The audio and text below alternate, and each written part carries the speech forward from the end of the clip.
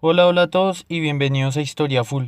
Bueno, en el video anterior hablamos acerca de la historia de los pueblos úgricos y Finlandia la primera parte, así que en el video de hoy hablaremos acerca de la historia de los pueblos úgricos y Finlandia la segunda parte, así que sin nada más que agregar comenzamos de una con el tema. Ahora hablaremos acerca de la historia de los pueblos finoúgricos, que incluyen a los siguientes pueblos: los pérmicos, los komi, los udmurt, los mari, los mordvinos, los setos y los boros. Los pérmicos son una rama de pueblos finoúgricos que incluyen a los komis y a los udmurts, hablantes de las lenguas pérmicas, que a veces son incluidos en el grupo de los pueblos finlandeses o también en el grupo de los pueblos finlandeses bálticos. Cabe destacar que antes eran llamados Bejarmians en las sagas nórdicas, y en esas sagas nórdicas su territorio era llamado Bejarmaland.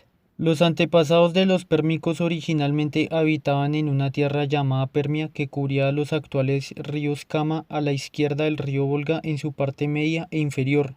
Los pérmicos se dividieron en dos grupos probablemente durante el siglo IX. Por un lado estaban los komis y por otro lado estaban los udmurt. Los komis estuvieron bajo el dominio de la República de Novgorod en el siglo XIII y se convirtieron al cristianismo ortodoxo entre los años 1360 y 1370. Respecto a sus tierras, entre los años 1471 y 1478 fueron dominadas por el Gran Principado de Moscú, el mismo que posteriormente se convertiría en el Zarato de Rusia. Ya para el siglo XVIII las autoridades rusas abrieron a la colonización las zonas entre las que se encontraban las tierras de los komis. Por este motivo, esas áreas se convirtieron en un lugar en el que se exiliaban a los criminales y a los políticos opositores. Por otro lado, los udmurt estuvieron bajo el dominio de los tártaros, la Horda de Oro y el Kanato de Kazán, hasta que su tierra fue cedida a Rusia y el pueblo fue cristianizado en la fe ortodoxa a principios del siglo XVIII.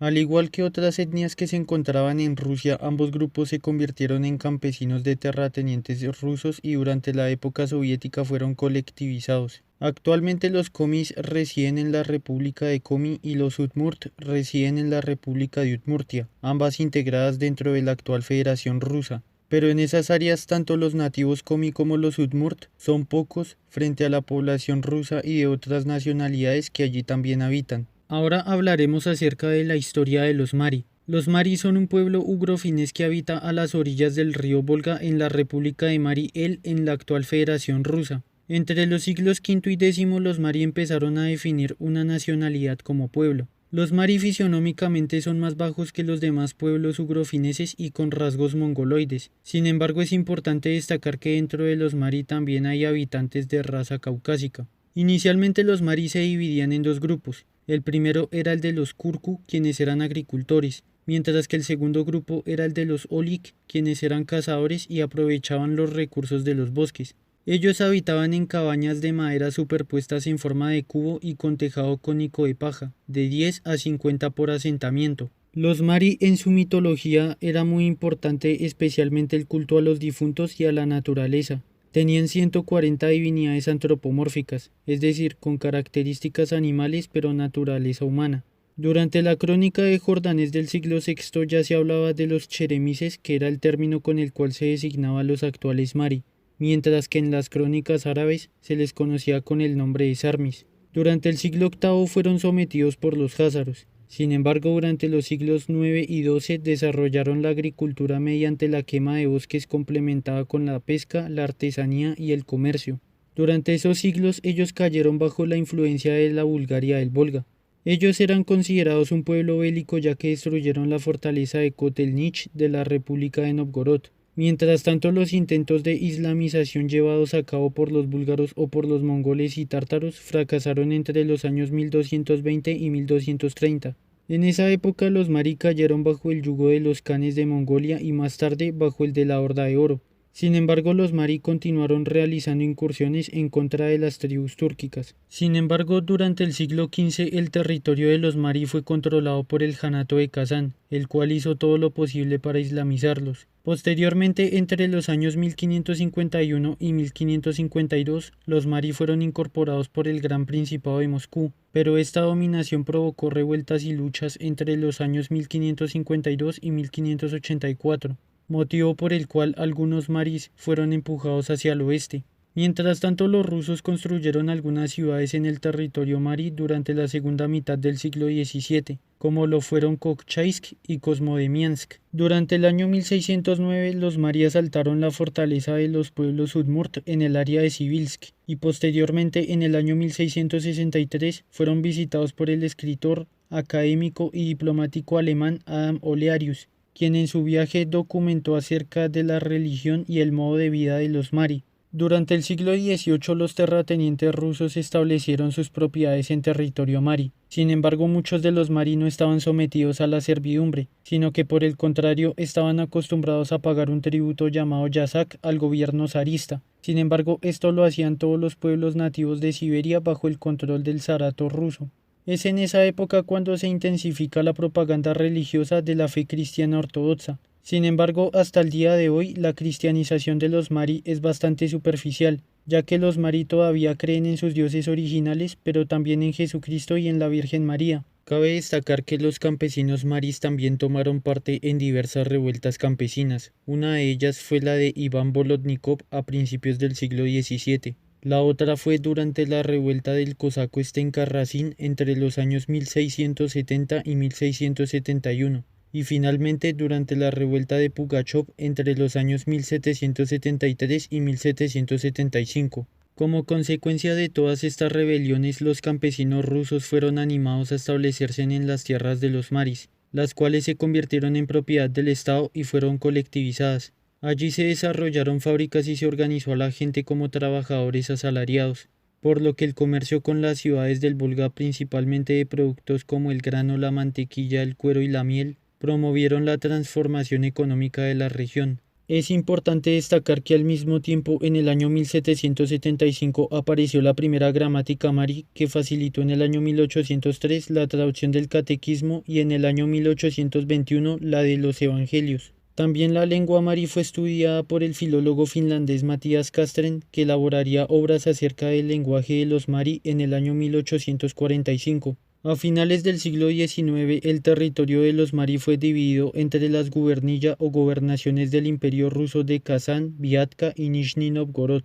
Los mari continuaron más o menos rusificados hasta la actualidad, pero aún se mantienen en áreas rurales con su tradición y folclore, aunque algunos son de religión islámica. Ahora hablaremos acerca de la historia de los mordvinos. Los mordvinos son un pueblo compuesto por las etnias Moksha y Ersia. Ellos habitan al occidente de la República de Mordovia y en los oblasts de Penza, Samara y Oremburgo. Ellos hablan la lengua Moksha, la cual es una lengua fino-úgrica, además del idioma ruso y del tártaro. Cabe destacar que los ercias son de religión musulmana. Entre los siglos VII y V a.C., personas de la cultura de Gorodetsk del lenguaje ugro-finés se establecieron en los territorios de la actual Mordovia, en asentamientos permanentes, y se dedicaron a la agricultura, la ganadería, la caza y la pesca. También fabricaban herramientas y armas de hierro.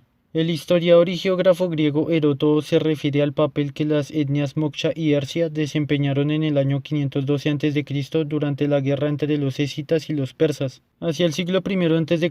se establecieron en las cuencas de los ríos Oka, Moksha y Volga. Los mordvinos habitaban en las regiones de los ríos ya mencionados desde hace 2000 años, organizados en clanes territoriales y patriarcales hasta el siglo XIX. También el historiador bizantino Jordanes relata la existencia de aldeas mordvinas entre los ríos ya mencionados en el siglo VI. De esta época quedan los asientos de Oshpando ubicados en el valle del río Sura. Durante el siglo VII los jázaros ocuparon el territorio de Belaya cercano a la región donde se encontraban los mordvinos. También los mordvinos fueron tributarios de los búlgaros del Volga a finales del siglo VIII. También los mordvinos fueron documentados por los musulmanes con 3 nombres distintos, los cuales eran burdas, burtas y furtas. Según las crónicas musulmanas, los mordvinos aparecen como vecinos de los jázaros o de los búlgaros, instalados junto al río Itil, como en esa época era llamado el río Volga, y también en la región de Nizhny Novgorod, la cual actualmente es la capital del Distrito Federal del Volga, la cual estuvo ocupada por los mordvinos hasta el año 1172, cuando fue conquistada por los rusos, quienes luego subyugaron otras áreas del territorio mordvino. Durante el siglo XIII la Horda de Oro invadió el oriente del territorio que luego pasó a formar parte del Kanato de Kazán. Además del siglo XVI hay numerosos cantos épicos dedicados al rey de los morbinos llamado Tushtian, quien fue aliado del zar Iván IV de Rusia durante la lucha en contra del Kanato de Kazán. Durante los siglos XVI y XVII los rusos construyeron líneas defensivas en el territorio de Mordovia. La primera fue Temnikoma Alatir y la segunda fue Insar-Siskiyevsk-Saransk. Precisamente este último lugar se convirtió en un centro artesanal y comercial. Por este motivo el gobierno zarista distribuyó las tierras morbinas entre los terratenientes feudales, quienes obligaron a los morbinos a trabajar en sus plantas de potasa y explotaciones forestales. La servidumbre de los campesinos y la apropiación de sus mejores tierras, además de los señores feudales, seglares y eclesiásticos que cobraban pesados tributos, y la colonización provocaron un éxodo masivo de los morbinos. Los morbinos, junto con otras tribus y etnias, tomaron parte activa en la revuelta campesina dirigida por Bolotnikov entre los años 1606 y 1609. Luego, durante la revuelta de Stenka-Razin en el año 1670, dirigidos por Alena Temnikovskaya y Mursin Alaika-Balayev. Como consecuencia se construyeron las fortalezas de Simbirsk en la actual Ulianovsk y también en la región de Penza, entre los años 1648 y 1680. La represión en esas revueltas supuso el exterminio de una décima parte de los morbinos y 2/3 partes abandonaron sus territorios. Durante el siglo XVIII la servidumbre de los campesinos morbinos se intensificó, lo que aumentó la tensión, ya que ellos fueron obligados a trabajar en las empresas de los nobles y del gobierno, en las minas de sal y en las plantaciones forestales. Además, desde el año 1722 los obligaron a servir en el ejército ruso, y desde el año 1740 sufrieron un proceso de cristianización masiva y forzada. Por este motivo hubo numerosos levantamientos entre los siervos y el pueblo durante la guerra en contra de Napoleón Bonaparte en el año 1812, ya que los morbinos formaron regimientos populares. Pero en la primera mitad del siglo XIX, cuando los señores se apropiaron de más y más tierras campesinas, esto causó que los campesinos se levantaran de forma generalizada. Además, más de 100.000 morbinos fueron reasentados en las áreas de Siberia, los montes Urales y Asia Central.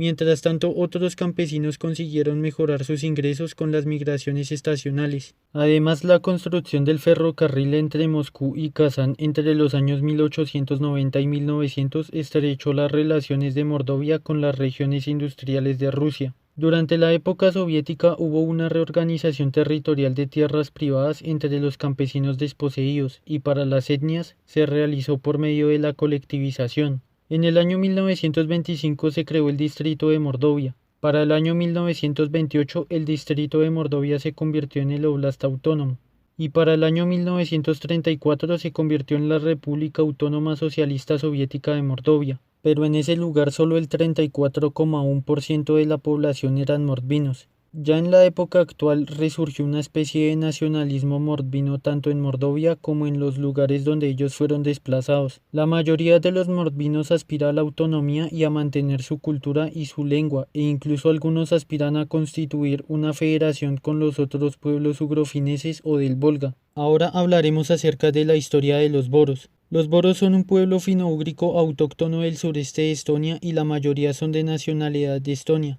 El lenguaje boro actualmente es considerado una lengua regional que reclama mayor reconocimiento. Los boros fueron un pueblo estonio y desde la antigüedad habitaban en los actuales Letonia y Rusia, pero durante el movimiento migratorio de los pueblos bálticos y fino-úgricos se fueron asentando lentamente en la actual Estonia.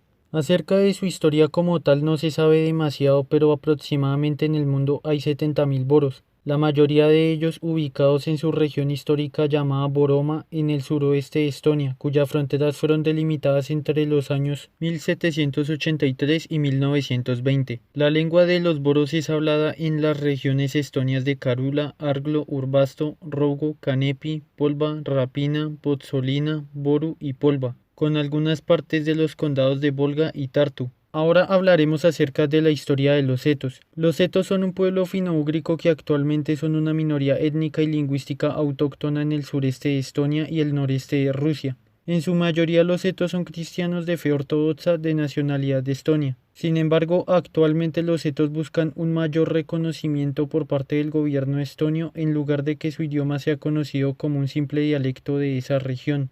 Se sabe que antes del año 600 después de Cristo la totalidad de la región histórica de Cetoma, de donde los setos toman su nombre, estaba ocupada por los pueblos fino-úgricos. Sin embargo, luego de ese año las tribus eslavas migraron al noreste hacia las tierras de las tribus fino-úgricas. El primer evento importante que separa a los setos de los estonios como pueblo se dio con la conversión de los estonios al catolicismo durante el siglo XIII, mientras que los setos que habitaban en el área de Novgorod seguían siendo paganos. Sin embargo, durante el siglo XV los setos fueron convertidos al cristianismo ortodoxo. A pesar de la conversión, los setos mantuvieron su lenguaje original, y más adelante elementos posteriores de la cultura católica fueron llevados a los setos por los colonos provenientes de Estonia. Mientras que en la propia Estonia casi desaparecieron las distinciones culturales tras la reforma luterana. Durante el año 1920, con el Tratado de Paz de Tartu firmado entre Rusia y Estonia, la región de Setoma o Setoland, como también era llamada, fue cedida a la recién creada República de Estonia. La región de Setoma en esa época fue incluida dentro del condado estonio de Petseri. Sin embargo, todo esto cambió al final de la Segunda Guerra Mundial, ya que al final de la guerra la República de Estonia fue anexionada a la Unión Soviética. Durante los años posteriores al conflicto, la frontera entre la República Socialista Soviética de Estonia y el resto de la Unión Soviética fue revisada por las autoridades desde Moscú, quienes decidieron tomar el condado estonio de Petseri para ellos, y convirtieron las fronteras de Estonia en las que actualmente existen. Sin embargo, este tema fronterizo se convirtió en debate cuando se restauró la República de Estonia cuando cayó la Unión Soviética. Sin embargo, las fronteras que fueron revisadas de la época soviética más adelante se establecieron como las fronteras oficiales entre Rusia y Estonia. Esto causó que la región histórica de Setoma quedara dividida en dos, una parte para Estonia y otra para Rusia. Así la región se separó por primera vez en su historia, y por este motivo la mayoría de los setos son de nacionalidad de Estonia. Bueno, hasta acá llega el video. Si les gustó pueden dejar su like, si no les gustó pueden dejar su dislike. En el siguiente video continuaremos hablando acerca de la historia de los pueblos urálicos y de Finlandia la tercera parte. Así que sin nada más que agregar, nos vemos hasta el siguiente video y muchísimas gracias por su atención.